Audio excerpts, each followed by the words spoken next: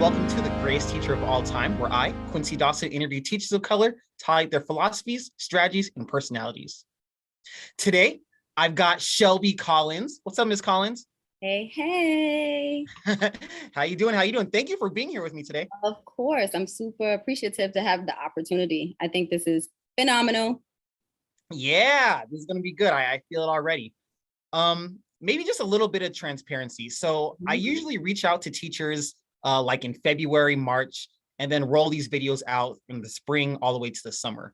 Okay. But I'm actually talking to you like right now in May. It's the middle of May right now. And how are you doing in the classroom, testing, fourth grade? I am holding on by a thread, any thread that you can find, your thinnest piece of thread. But I don't want the school year to end, if that makes sense. You're one of those teachers. I feel like, yeah, testing was really chaotic, but I feel like because this is the first year back into the classroom after everything has occurred since the pandemic, I missed it so much that I felt like kind of I was gypped from a year and a half, 2 years. That I'm like, oh man, like we were kind of getting to our sweet spot, and like the honeymoon phase of the classroom was ending, and now I know these kids, and now the school year is ending. So I'm really tired. I'm beat because I'm also a grade team leader here, but I'm gonna miss them. Yeah. Wow. So yeah, I feel like the pandemic is one of those like make or break moments for teachers where like some are using the pandemic to see like, wow, I really am burnt out. I maybe can't do this anymore. Some are using it to be like, wow, I need to get back in. Like I'm going in fresh. But that sounds like you're the second part, right? Yeah. Okay. I like that. And also you're a fourth grade teacher. Yeah. Yes, I teach fourth grade. How did you get into fourth grade?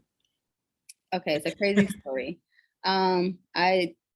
These kids are big up here, and I was like, I'm never doing this.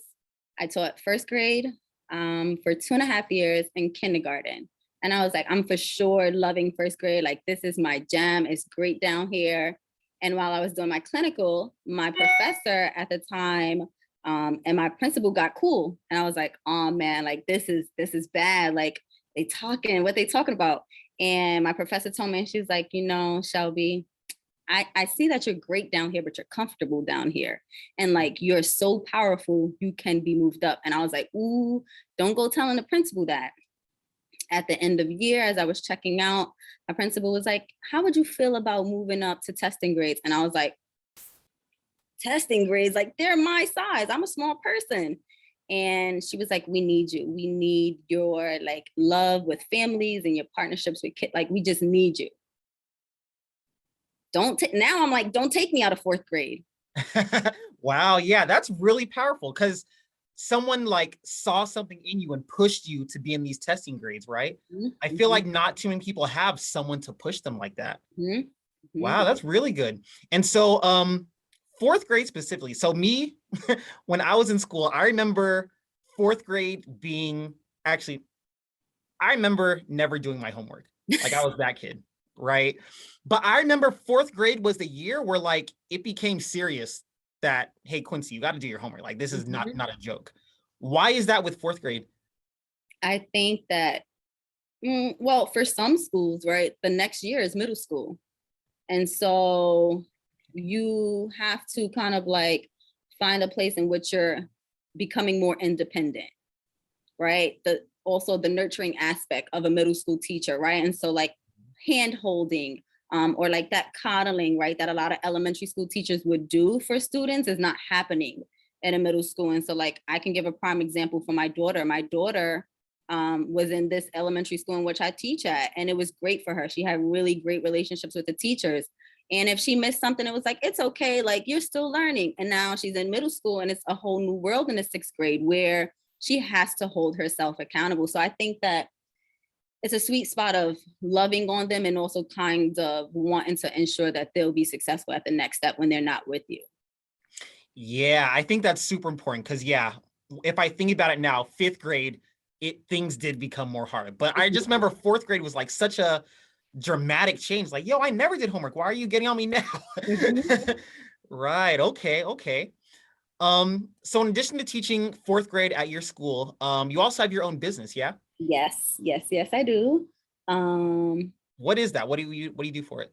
I tutor, and I make it my business to only tutor students that are brown and black, and that come from my community, or that come from inner city neighborhoods. And I could venture off and I could tutor other kids and I could go to other spaces. But during the pandemic, being a teacher, I noticed that if there was ever a need or a want for success stories, to make sure that success stories were still happening within my community, I was like, okay, like let me tutor. And honestly, I love it. Like it's my breath of fresh air from out of work, from my daughter, from everything else, because it's the autonomy, because I'm free, because these kids trust me as another adult. I am not their teacher, they're not my student. It's not something that's strenuous. It's a fun time. We're learning, but we're having a good time. And before you know it, they're showing great success stories in their academics. Grades are rising, things are increasing. Why stop? So that's what I do. And I also do give backs in the same breath. So I've done book drives for the holiday. I've done lunch giveaways in the summer to summer camps. I've done food drives to nearby churches. Okay, yeah, Shelby, you're doing it all. That's funny how you say you're tutoring as a side for like more fun, even though you're already a teacher, right? Mhm, Some people say like, oh, you're leaving your job to do more work, mhm. right? Does it feel that way, like more work, or why not? Because I genuinely love what I do, as crazy as it sounds. I think I love tutoring more because I'm free. I don't have to follow a curriculum. I know the standards. I follow the standards. I know what's expected. I know what's to come. Um, and because I know that there's a bigger purpose behind it. And if I ever get too tired or burnt out, there are days where I'm like, what are you doing? Why'd you sign up for this? What's happening? You're speaking gibberish. I can respectfully tell like my client or family is like, hey, I can't do this. And they're so understanding and respective of it. And because the partnerships are so tight, this is not work. Like Really? yeah, Okay. this is a walk in the park. Yeah, but it's cool because like you're using your level of professionalism, like you're professionally an educator, but you Yep. can still use that for fun too. That's really cool. Yep. Yeah. Maybe getting onto what you're talking about with trying to highlight Black and Brown students to uplift them with education, right? Mm-hmm. Um, I'm gonna be that guy, and just for the sake of a good interview, right? I saw on your Instagram page you post a lot of pictures and videos of your classroom where you Mm-hmm. have a lot of Black icons and women of color in your classroom. Mm-hmm. Why do you do that? Like, what's the point? I'm a Black woman. That's first and foremost, right? And so I need to teach my kids like you lead by example. And if I'm not setting that example, and if I'm not showing them what other examples look like from where they come from, then what I'm doing is meaningless. It's not sticky enough to them. So I feel like if I show them people that are facing or have faced similar challenges, then of course they're going to be more receptive of hearing me out, unless if I'm showing them, right, a book of a white boy and his dog in a backyard. They don't relate to that coming from cities with tall buildings and multiple people in their apartments. And that's the reality of where most of my kids are coming from. So prime example, King Richard just came out, and the Williams sisters was a big hit for Women's History Month in my classroom. And so that was something that we slow clipped and watched here in my classroom. And because they were already pre-taught about what some of their experiences were like, they felt more compelled to want to research on their own. Hey, you're learning, you're researching, you're open up technology. I'm all for it. I'm not forcing them. Their grades, they are writing better. Like, so for me, it's if I'm going to put anything into perspective, it's going to be people that look like them, brown and Black women and men of history and current icons too, that can promote academic success in my classroom. Okay, I like that. Yeah. It makes me think about what I do in my class. I have this thing called um Scientist of the Week. Mm-hmm. And actually, before that even starts, in the beginning of the school year, we do this project where I highlight scientists of color from Mm-hmm. history. And um, I introduce it by saying, like, these are the people of the past. Mm-hmm. You guys are the people of the future. Mm-hmm. right? So with that and introducing the Scientist of the Week aspect, the Scientist of the Week is a student who's chosen every week, and they're like the student helper of the class. They pass out papers and things like that. But at the end of the week, they also have to give a presentation on something they're interested in. Plot twist. Yeah, right. But the thing is, they could pick literally anything they want. All you got to do is find out how it relates to science, right? That's really cool. Yeah, I mean, free idea, you can take it. But yeah, it's one of those things that gets students to highlight their interests, right? So in connecting that back to what you're doing with your students, right? They're interested in people who look like them, right? Can you maybe speak to the importance of that? People who look like them? So sometimes I think I grapple with ensuring that I'm exposing them to all cultures, religion. This month is May. It's AAPI, Asian American Pacific Islanders Month. I'm ensuring that they are focused in on Ramadan. They are learning about Kwanzaa, Hanukkah, right? Because they need to be well-versed. When they step out of my classroom, they're going to meet and see and interact with a plethora of people that may not look like them. However, I think that it is important for them to just see Black excellence, so to say, and to see what it's like at an HBCU. So we're showing those kind of clips, right? What it's like to see the things that may not have been tangible to think or conceptualize about before. I want them to be able to feel like when they go to someplace else, at least I've heard about this. I have some prior knowledge about this. I have some background information about this. I don't feel like I'm out in the world and I don't know what's going on, because that was me. I had Black educators, but they were also very strict about what they probably could teach us now being an educator. They were following a curriculum, and the curriculum textbooks weren't written for me. So growing up, I was having to teach myself these things. So even today, like the curriculum still isn't written for them, right? Washed.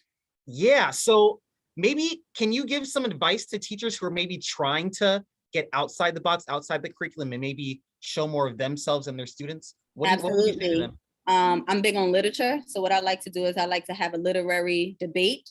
And so what that means is if we got one core text in my curriculum, I'm going to try to find another core text that's going to be able to debate from another perspective. With fourth graders? With fourth graders. Come on now, right? Like they are capable as long as I make them capable and as long as I make sure that it's accessible for them. Or what I'll do is I'll try to implement other resources in my morning meeting, in my closing circle. So we had one module in the beginning of the year about what it is to be or have a great heart, literally and figuratively. Well, I found the first Black cardiologist and I introduced that to them. It wasn't in my curriculum, but that brought them into wanting to read more and learn more about it. I think text and stories and books really generate a lot of conversation sometimes and do more of the lift than anything else in a classroom. Yeah, Miss Collins, you're spitting. Like this is some good stuff right here. I like it. I like it. But maybe going with all that, right? So on your Instagram bio, you call yourself an abolitionist teacher. What is that? What does that mean? Have you ever heard of Dr. Patina Love? Enlighten me. Okay, so she was an educator. She is now focused in on advocating, and I want to make sure I'm saying the right thing, advocating for students and for educators. And during the pandemic, I went to a lot of like PDs and summits that she was on. It just so happened that summer, every year, my organization, we read a book. And that summer, it was the book by Bettina Love called We Want to Do More Than Survive. And it's about radically speaking up and breaking systematic procedures and policies that are put in place to keep you in a system. So how are you going to be an abolitionist educator and break apart those things in your classroom? Not just for Brown and Black students, but for every student that walks in your classroom, my students with IEPs, my students that are multi-language learners, my students that are coming from a big household, from a small household. I don't care where you're from, but how am I putting you in a place to critically think, to access resources, to advocate for yourself so that you can access resources on your own time with your family? But what does it look like to break apart the suffrages and the pains that have been placed in classrooms for so many years so that kids feel like they can thrive inside of these spaces that were once not spaces for us to thrive in. And when I say us, I mean like people of color, brown and Black people, because that's not what the classroom was set up for. It's built to make workers. Yeah. So now we have to work the system for our better advantage. So I like to think of myself as an abolitionist educator that's trying to fight for those things in my four walls of a classroom. Yeah, and I could tell like it's those four walls and beyond that. So again, you say you've been doing this for 8 years, yeah? Or no, you've been 10. 10 in total, right? Yes, 8 in my organization. Yeah. What are some of your success stories from 10 years? Because I'm sure you've definitely reached students outside of your four walls. I mean, starting the tutoring, yes. The relationships that I build with students and families will call me, ask for advice, tap me in on meetings. Hey, my child is going to a new middle school. My child is applying to high school.